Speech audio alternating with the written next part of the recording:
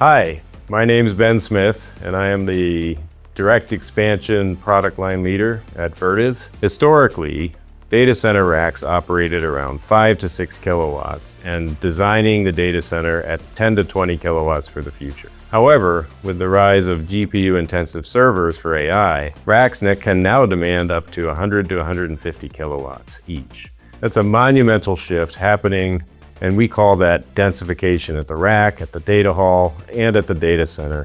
Leads to challenges in power and cooling infrastructure, necessitating innovative solutions to manage increased heat loads. To address these high-density demands, Vertiv has moved towards direct-to-chip, single-phase liquid cooling. This approach is essential for managing the substantial heat generated by modern AI workloads. Predictions of air cooling becoming obsolete are very unrealistic. Air cooling will remain important, especially for supporting non-chip components in high-density racks. Not all data centers will move to high-density liquid-cooled setups. Many enterprise data centers will remain low-density, using traditional air cooling methods.